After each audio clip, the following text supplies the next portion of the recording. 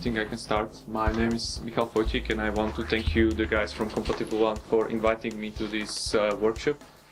Since I think we are doing the same kind of project, but we are using the different technologies and names for the components.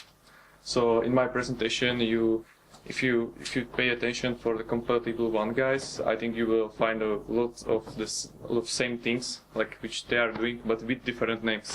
So I'm working in Red Hat, Czech Republic. I came today morning from Prague, and I'm working on the DeltaCloud API project. In fact, I'm one of the lead developers for this project. I'm working on that project for 4 years with David Luthercourt, which is one of the authors of Puppet. And in my free time, I participate in the Aeolus project, which is the community project from Red Hat, which is very similar to CompatibleOne stuff.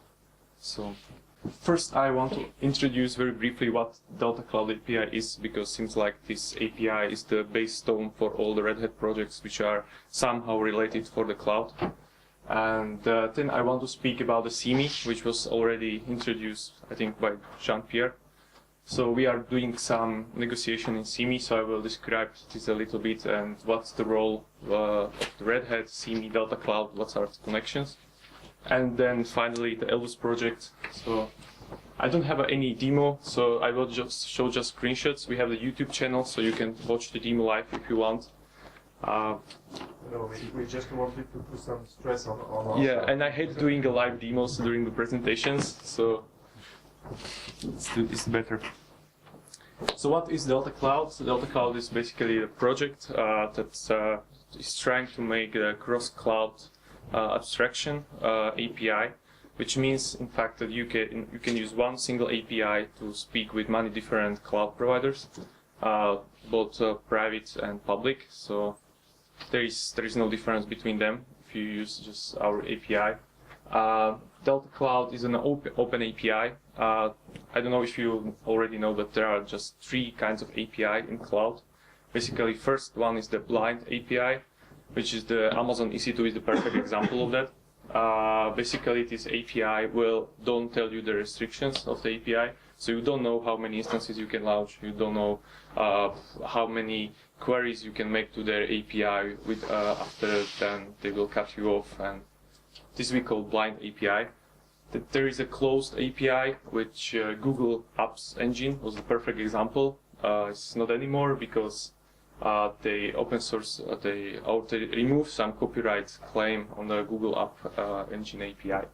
So, but previously, if you, for example, want to create your own project that will speak to the clients with Google App Engine API, you are basically breaking the law in US because you are infringing the patent that Google have on this API. We call this closed API. So basically, they are on the internet, you can use them, but you can't reverse engineer them and use it in your application. And then there is an open API, which means that you can do whatever you want with this API. Till you gives your attribution or contribution to the API. Basically, they are all APIs licensed under GPL, Star GPL, or ASL, or Apache Software License and stuff. This is very important to mention. Apache DeltaCloud is not a Red Hat project. Red Hat is contributing to this project, but we were incubated in Apache Incubator, which is some kind of incubator for rising projects. We are not incubated anymore because we graduated 2 months ago. So now we are like official Apache Foundation project, like top level project. So Red Hat has no vote on this project, like what will go in, what will go out. Red Hat is just contributing money to the contributors of the project. So basically, in other words, Red Hat is paying me to contribute to DeltaCloud. And there are also many other contributors from other companies. We have contributors from Eucalyptus, from OpenNebula, Daniel Molina, he wrote a driver for OpenNebula for DeltaCloud. We have contributors from OpenStack, which is very funny to say. Red Hat is basically one of the biggest contributors to the OpenStack. Like we have our solution, which is called OWIRT, which is basically the open source Red Hat Enterprise Virtualization Manager. But we contribute to OpenStack as well, quietly. We are not doing any marketing about that. And Yeah, so we have driver for OpenStack, and I will show the drivers on the other side. This is the link, so if you want to check some more document. This is a heavily development right now, the site, because it's quite outdated. So why another abstraction layer? The first thing, when Red Hat started doing something in the cloud, we already know that when you start using some provider, if there is some dominant provider on the market, it will ultimately lead to vendor lock-in in the end. It's because if you have some experience, for example, with some not named database provider, which is the biggest on the market, right? So if you start using this database, and you pay a lot of money for this database, and after a while you realize that your very small business application can live with MySQL and don't need this big database, but all your code was already written for this big database, so it's very hard to switch to MySQL, for example. There is a lot of examples from other IT related stuff like Windows. Microsoft is the perfect example of vendor login. So, for example, if you have a game for Windows, why don't have a game for Linux? Because they don't want to use Linux, right? They want to keep you on Windows, fake licenses. So that's basically what vendor lock-in is. And in cloud, basically it's the same. So you have EC2, and if you start using EC2, you will stick with EC2. I have a very nice example from the city I live in, Czech Republic. It's called Brno. There is a big company called Good Data. Basically, they have an application that is doing some statistical analysis for you, it's producing some graphs, data. They are using EC2, or they used EC2 for computing. So they have some instances. They store data in a S3. They use the EBS volumes. But after a while, because when they start this project, it was perfectly okay. Like everything was working. But when they grow up from the small project to basically a big project, they realize that the EBS volumes on the EC2 are not so fast as they thought, and they have also this I/O problem, latencies, and on their high load. So they start thinking about how to move from EC2 to something else. So they found Rackspace. But meanwhile, they realized that all their code base is written in Java and stick to the EC2.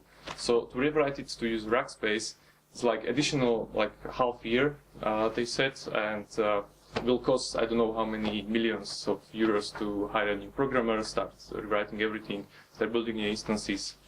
So if they use the DeltaCloud API from the beginning, they don't have this problem because they can just switch the driver from EC2 to Rackspace. So this is the perfect example why another abstraction layer. Then we start thinking how to do it. First idea was to create a library, which is obviously the bad idea because we have a lot of libraries like Fog in Ruby, which is basically the same as the DeltaCloud, but only a library. But if you are using Java or you are programming Java, this is completely useless for you because it's only for Ruby. Then you have a JClouds for Java, but if you are using Ruby, it's completely pointless, useless for you as well because you can use it. And there are a lot of these libraries. So we was thinking about something that you can use from whatever programming language you want. So basically, we create a REST server, which is programmed in Ruby. But if you start it and your programming language of choice has a HTTP client, then you are done. I can't even think about programming language today which you don't have the HTTP interface or library or something. So it's REST. The next thing which came in my mind was a need to have something very easy for editing new drivers. So if you want to add your project to DeltaCloud API, it must be super easy for you. No super complicated ABIs, no super complicated classes, interfaces. So if you start writing it, it should be done in 20 minutes. And ultimately it leads to rock solid API. So after a while, when we will be pushed to have the library from DeltaCloud, we will do a better job. That, for example, Fog. I don't know if someone from you know Fog from the Ruby world. basically is the same as DeltaCloud, and they say like they are cross cloud abstraction library, but in fact they are not, because if you want, for example, availability zones for EC2, it's called .availability zones, the method. If you switch to Rackspace, it's called .flavors. So where is this cloud abstraction? Right? It's the same thing, different name. So how the DeltaCloud architecture looks like is very simple. You have your client or your application, which basically speak to REST API, which DeltaCloud provides. And DeltaCloud then convert your request through the driver, which is a very simple Ruby class, nothing super complicated. And this driver usually talks to the backend cloud, which is EC2 FM, all these others. So, yeah, why we choose Ruby? Maybe someone is asking. Because Ruby already have a lot of libraries which speak to many cloud providers. So we have support from Amazon. They have own AWS gem, which is maintained by Amazon. OpenStack community have an OpenStack gem, which is the library for Ruby, maintained from the OpenStack. Rackspace, the same. vSphere, all the other providers. So currently we are supporting these providers. As you can see, like we are supporting public and private. So you can speak with the same API, so the same language to the Amazon EC2 Rackspace, Cloud Servers, GoGrid, Remark, which is a weird implementation of vCloud, Remove hosting, vSphere, which is tricky because this is SOAP in the backend. RefM, IBM contributed their own driver for the Smart Business Cloud. This is a new product from IBM. Eucalyptus community contributed a driver. This is funny because Eucalyptus driver is just inherited from the EC2 driver. They just switched the URL to where to connect. OpenNebula guys, Daniel Molina is very active, so he's updating driver. This is I want to mention because OpenNebula driver use OSCI in the backend. We have OSCI client. Which one? I can check. The old one or the new one? At OpenNebula? Yeah, the old interface or the new one? I can't tell. I don't know. I wouldn't recommend it. Yeah, it's no problem. You will. Not using clients in client program. Yes, so I don't know if we can somehow. This is Daniel's code, so Using XML file. yeah, Okay, still yeah. But Daniel said that he has an update for the new release of OpenNebula, so I think he has a patch in our mailing list. It's not actually distributed, not yet. That's a hoping to introduce. Yeah. After FOSDEM, when we met with Daniel, he said like he had an update, so he sent some patch to our mailing list. It was pushed in, and after that he mailed us privately that there will be something new, and he will update the driver as well. So he's pretty active. And the OpenStack, this was super funny as well because how we add the OpenStack driver, we just use the Rackspace gem, and we switch the URL as well. So yeah. So you're not going through the novel. Yeah, but currently we rewrote it completely. It's using version 2 of the OpenStack API. It has a new version of something like that. Mark M. McCauliffe, he's a Red Hat contributor to OpenStack, and he's basically involved in all these business about APIs in OpenStack. And ultimately we have the mock driver, which is something that you can use if you don't have an internet connection and you don't need to. You don't want to pay to the cloud providers, or you don't have a power to run some or money to buy a vSphere. So you can use this mock driver, which basically acts as a whatever else cloud provider, but is storing all data in YAML files on your local file system. So it acts as a real provider. You can write your application against it, and after that you just switch to Amazon, and your application still works the same. In addition, because there was some pressure from community, we add the support for the storage stuff. So we have a support for Amazon S3. You can create a bucket, you can store the blobs. I don't know who is using that, but someone demanded. We have the cloud file support for Rackspace as well. It was contributed from Rackspace. Again, for whatever reason, we don't know. And Azure is funny as well. Microsoft created a Ruby gem. After that, they abandoned it and they fired all the Ruby guys from Microsoft. So it's quite old. And Google Storage works pretty well right now. So that's the story. So API workflow, how it works. Like we have very simple workflow. First, you choose an image, which is basically the definition of virtual machine, which usually contains some root hard drive and some data pre-installed. If you are familiar with Amazon EC2, so this is the Amazon AMI, we call it image. Then you choose a realm, which is the location where you want to run your image. Basically, it changed the SLA in Amazon. You can choose different regions. You can choose a different data center inside the region. If you are using some private cloud provider like RefM or vSphere, then you can change the data store in vSphere with this. So if you want to run the machine in different data store, just choose the different realm. In RefM and OW2, it's just change the cluster where you want to start the machine. The question like what data center to use in these private providers is solved by provider URL. So you can supply like to URL to the data center you want to use specifically. And you can offset all this by HTTP headers. I will go to that later. Then you use a hardware profile, which defines the sizing of the machine. So you can choose like how much storage you want, how much CPU power you want, how much memory you want to have. Basically, we have very flexible hardware profiles, so we are able to copy the EC2 one, the Rackspace one, OpenStack one, so we can adapt all this. The properties, we have a lot of types of properties like range, enumerative, fixed, so we can use it for whatever cloud provider we need to deal with. And if you join all these three together, you ultimately have the instance, which is a realized virtual machine, so which is running the image inside the realm with this hardware profile. You can manage the instance, so you can send a reboot, you can stop, start, destroy instance. This is a bit tricky in Amazon, because there is a slight difference between EBS and instance store in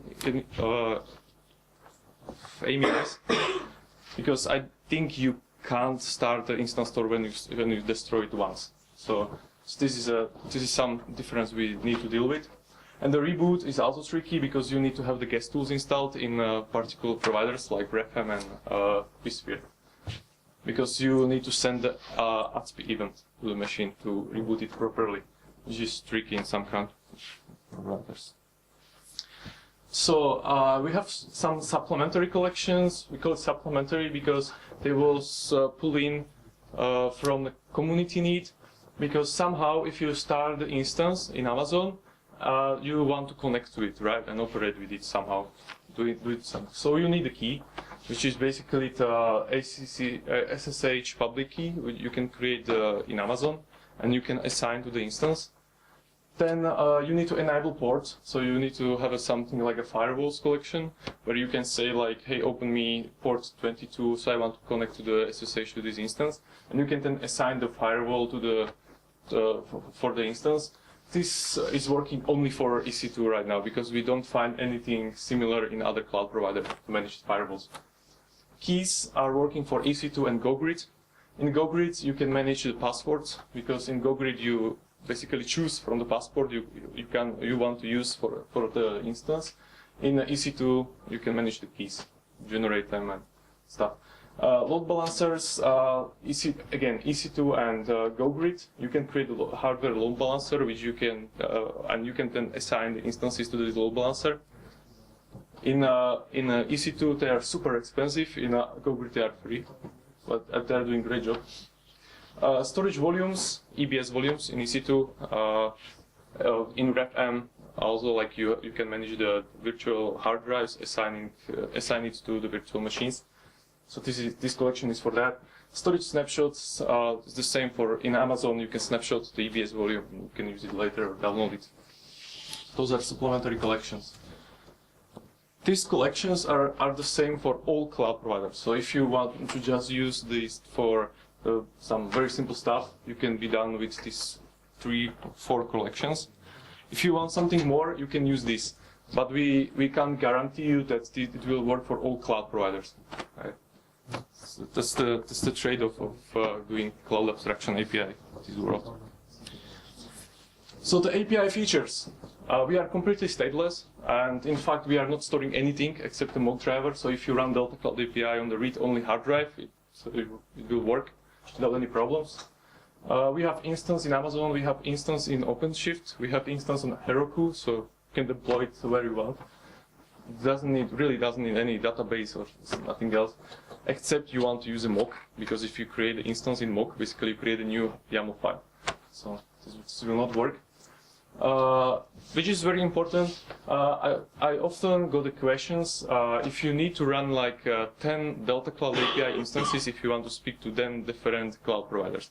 No, you can be okay just with one instance of DeltaCloud, and you can switch the drivers using HTTP header. So we have special HTTP header which is called X DeltaCloud minus driver. If you put there EC2, mock, GoGrid, RefM, it will switch the driver per request. So, and you can send the credentials and all this stuff. Since we created a project in Ruby and we don't use the Rails, we are using very small framework, and we have our own DSL, which help us generate the REST routes, and ultimately it helps us generate the API documentation dynamically. So I will show it later. If you have a running instance of DeltaCloud API, you can access the documentation, which is related to the current instance. It's always up to date because it's generated from the code. And we are trying to push very hard to be discoverable, so we are following the hate was, which has nothing to do with hate or something, but it's the way how to connect different resources in REST APIs. So basically we are not hiding anything from the client. If the client accesses the entry point, it has direct links to all the collections and resources. If he see the resource and want to know the possible actions, we have all the actions there with the links. So there is no situation where the client goes somewhere and and he don't know where the client is. What can he do with the object? As an addition, we are supporting the options and head. So with options, you can query like possible actions of the resource. For example, if the instance is in unknown state or some state you don't know, with options you can get a list of possible operations you can call the instance. And the head is just, for example, check if the instance is there, if it's running or something like that. So we are trying to be we are trying to stick with the HTTP protocol as much as we can.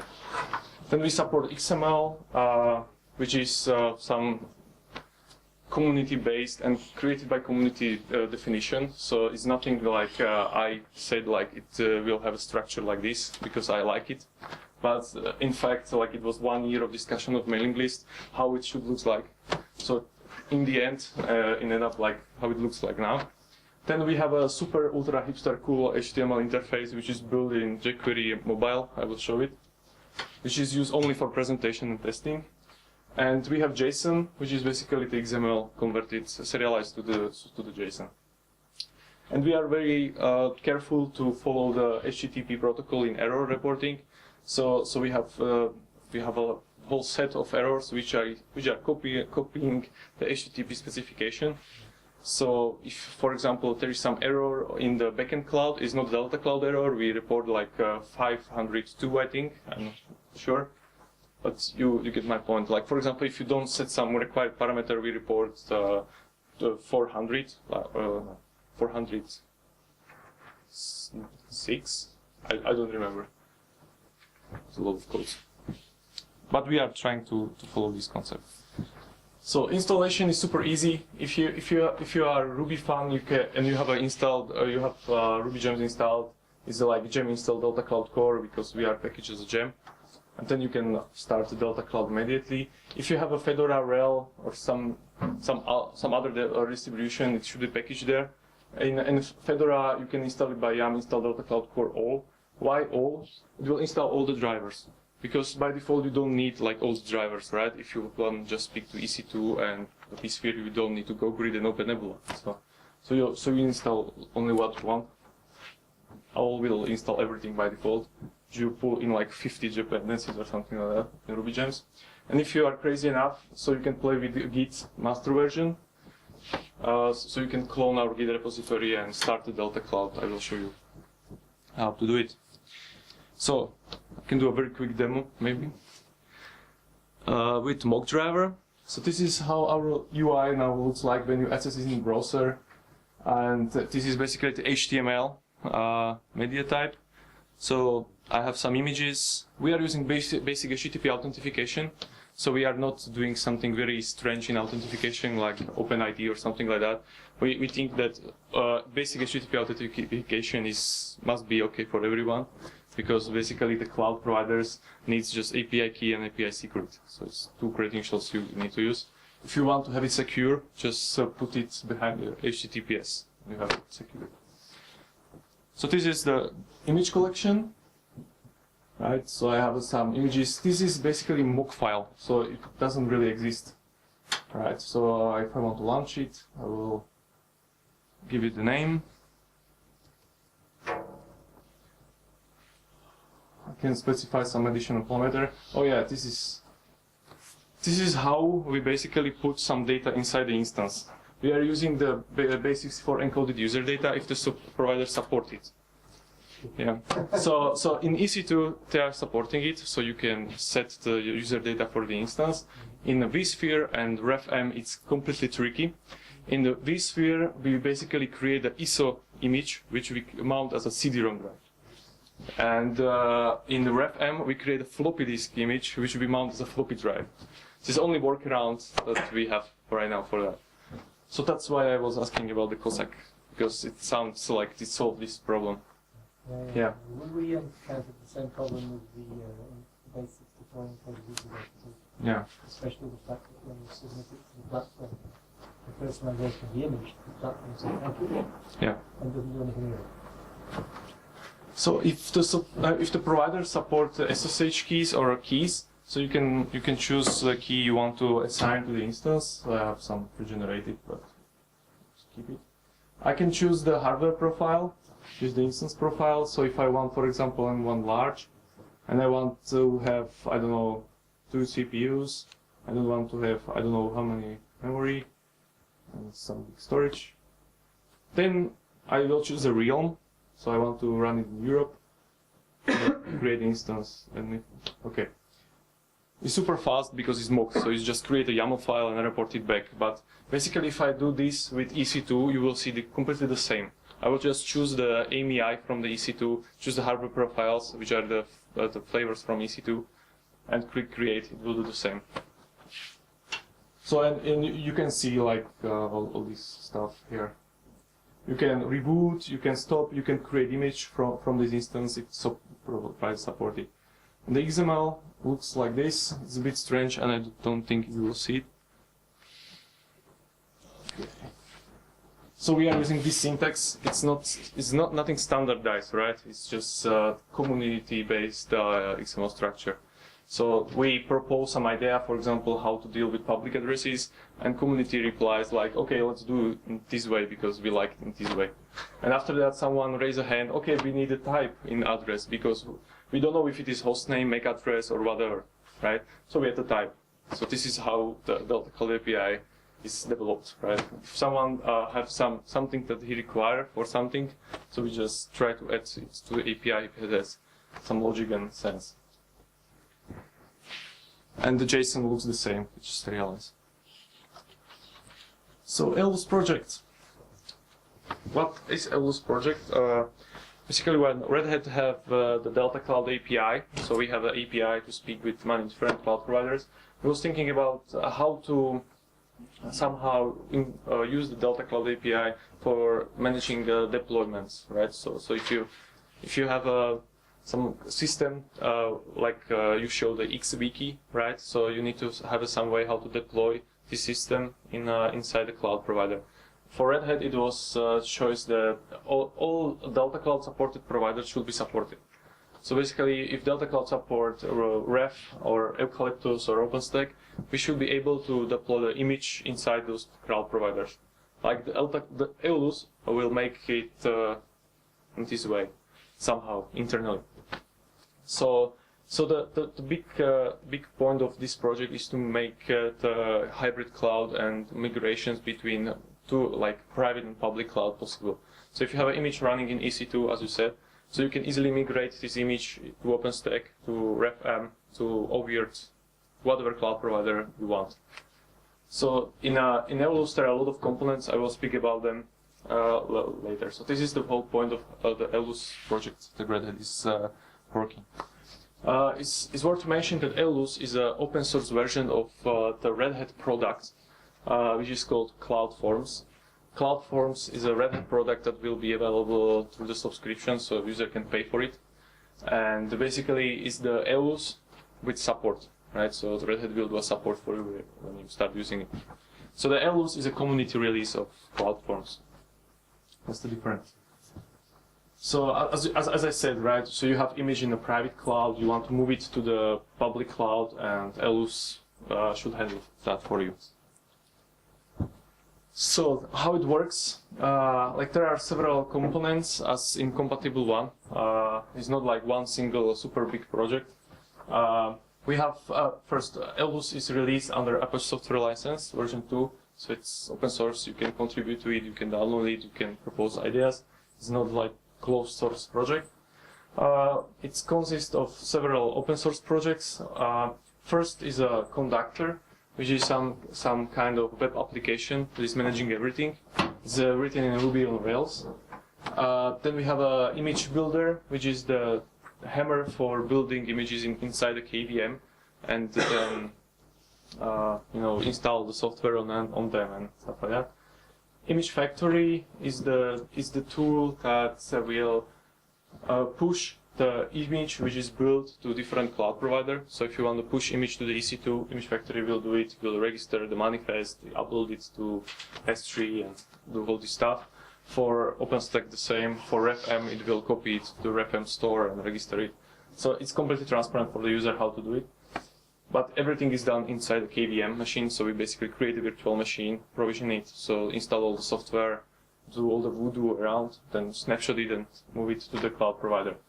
And image warehouse is some kind of store where all the images are stored in the end. So user can somehow interact with them, update them and stuff. Then we have this OW2 and config server, as I mentioned, which is the equivalent of the Kozak. OW2 is basically a tool that speaks to the config server, and those are the guest agents. So, like for example, for some cloud providers, it's very hard. You know what is the big problem in cloud computing? To get IP address out of guest. If you're running on a hypervisor, it's stupid, but it's true.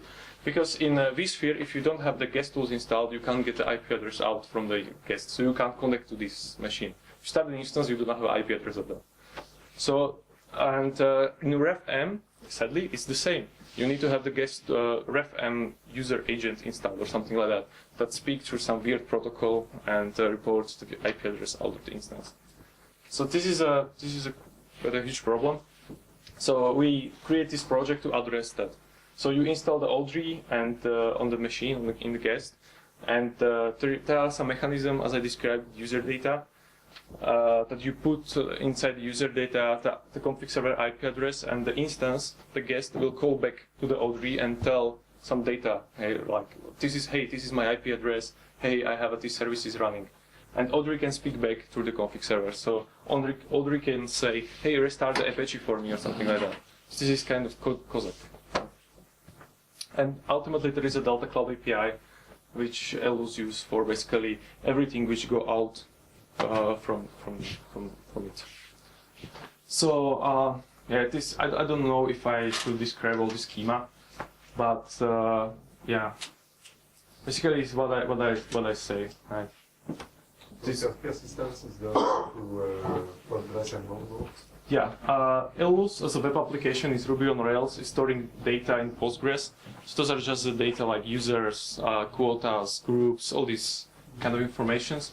Then MongoDB is used for storing the images, blobs. Don't ask me why. It's just, it was just chosen. I don't know why. And yeah, then you have the Apache basically, which you proxify the Rails application and you speak with it. Then we have a set of tools which is called Aeolus CLI, which are basically the command lines utilities you can use to speak to the conductor, because conductor has a REST API itself you can use to interact with it. And then you have it on this side. This is all these images stuff, right? So you have OW2 which speak to conductor and through the cloud client, so it's just some kind of Cossack. Then you have Aeolus image RubyGem, which speak to the warehouse, MongoDB, and image factory. Image factory, as I said, is pushing the images to the providers, right? And then we have this OS project. This is very interesting. OS is a monkey who is pressing enter when you install the virtual machine. This is basically his meaning of life, right? Okay, this is simplified. He's doing a lot of other stuff like configuring and stuff like that. To get you a big picture, like if you're installing some Linux distribution and you click next, next, next, in this, if you have an automated environment, OS is doing it for you. So, and then you have DeltaCloud. We have a native, I forgot to mention, we have native Ruby client, which speaks directly to the DeltaCloud server, and a conductor is using that. So, this is interaction. I think I will just repeat it myself, but to just highlight, in a conductor you can create and launch VM deployment on the cloud. What means VM deployment? If you show the manifest, I start a bit like, okay, we are doing the same, we just have a different name. So deployment in our terms is manifest. You specify the images you want to use, you specify the services you want to start, you specify the files you want to push in the instance. And then ultimately you can have multiple images in one deployment, right? And you can start the whole this deployment. So the conductor will start starting the machines, creating images, all this stuff. Then users can, this is funny, the users can define pools of deployment. So you have, for example, the set of virtual machines that are doing something, and you have a pool of this set of virtual machines. So you have even more instances in the end. What is it useful for? Imagine that you have a rendering farm and you are rendering some movie, right? So you need to have add machines on demand when you have a high load, or you need to you want to go home, so you want to render quicker. So you just add a new pool or something like that, so it will increase the power. So and users can control which resources are used and what level. So conductor is reporting you how much resources you have in your pool. So every user has defined a pool where you can specify, like, this user can consume this amount of memory, this amount of CPUs, this amount of storage. User can deal with that and control their resources according to that. We call it quota. And has a truly superior web interface, which was redesigned 5 times. So now it's perfect. I think, and it's a REST API in it. So the next component is image whatever, builder warehouse factory, where user can create templates, which defines the image and all this building stuff. Inside the image warehouse, user can rebuild image. So for example, if you want to update some packages or you want to push some new files, you can do it. And image warehouse then ultimately push and register the built image to the cloud provider. Completely transparent for the user. So if user want to migrate one image from EC2 to vSphere, basically the image is stored on the local hard drive. It's just rebuilt for the different cloud provider, and it fetch, of course, the snapshot from the backend provider. So it's basically the same thing as you are doing, but with different terminology and different set of tools. And we have also the command line interface for Aeolus image. So if you want to build images and stuff from command line, you can do it. And as I said, OW2 is a user agent, so you can specify some values which will be passed after boot. So if the instance is booted, we use a project called libguessdfs, which is basically the tool that you can access the virtual machine inside KVM and copy some files into it. So we copy some local init script. When you pass some values, OW2 will make sure that this init script will execute that values in the end. So in the end, you can specify some shell script that will be executed when the instance will boot, which can install the database, which can do whatever you want, restart services, configuration. So what's the current status? We have the stable release, which is 0.8.0. There is support for Amazon EC2 RefM and vSphere and Mock. I didn't mention it. So you can basically you can move the instances from EC2 to RefM or the vSphere and vice versa. We have one-click management for multiple deployments, so it's really like the UI is very simple for doing that. And as I said, you can build and provision your own images if you want. This is done. Like you can start using it. And we have some work in progress features. First is monitoring software, because somehow you need to know what state are your machines, right? If they are running, if they are stuck, if they are, I don't know what they are doing. So previously we did that with a project called Pacemaker, which is another open source project. We use for it a project called Matahari, which was kind of Heartbeat, that go through all the instances and report their status. But we abandoned the Matahari project, and now the Pacemaker project starts his fork called Heat. So we are doing something in there. I don't know how it works, so don't ask. And we want to have support for more providers. Currently we are working on OpenStack, so it's work in progress. That's why Red Hat is pushing too much for OpenStack. And currently we are extensively planning. So all the suggestions for the project are welcome. This project basically grow like a DeltaCloud project. So if community demands something, we will edit. Right? We are not doing something like Red Hat wants it, so we will do it this way. It's never working that way. So if we have the mailing list, if you have some idea or you want to propose something, and I don't know, or you have some special use case you want to use, you can just write onto the mailing list, and I think someone will do it. Maybe. So installation is super simple. If you have a Fedora or Red Hat Enterprise Linux, you can install it with yum install Aeolus all. For Fedora, you need to have the special repo, which you can get from the website aeolusproject.org, and do the same command. In Red Hat Enterprise Linux, you can subscribe to the channel that is offering this set of tools. It should work on Ubuntu, Debian, OpenSUSE, all other Linux distributions which have KVM, because also require a KVM, because we are building machines in this way. Not supported, but work without building images. So if you don't want to build images, you want just import the images you already have in EC2 and somehow manage them. So you can use it even on OS X or FreeBSD. I have it installed on OS X and it works because it's just Ruby. It's multi-platform. So if you want to join the project, we have the mailing list, which is very, very, very active. So there are a ton of emails every day. But your email will be not lost for sure. And we have the RSC channels for Aeolus. On Freenode, we have the Aeolus channel, which are all the developers, managers, all the community upstream, everyone. And we have DeltaCloud channel. It's the same thing for us for Aeolus. So if you have some questions you want to ask in a real time, so you can do it here. Like usually in Central European time, I should be there and Marius should be there. In other times, Lutherkort will handle that. So because he's California. And the Aeolus project have a Redmine, which is a project management tool installed on this address. So there are all the features that are proposed are going through this process. It's public, so you can register your account to see all the bugs, all the features of the schemas. Everything is free there.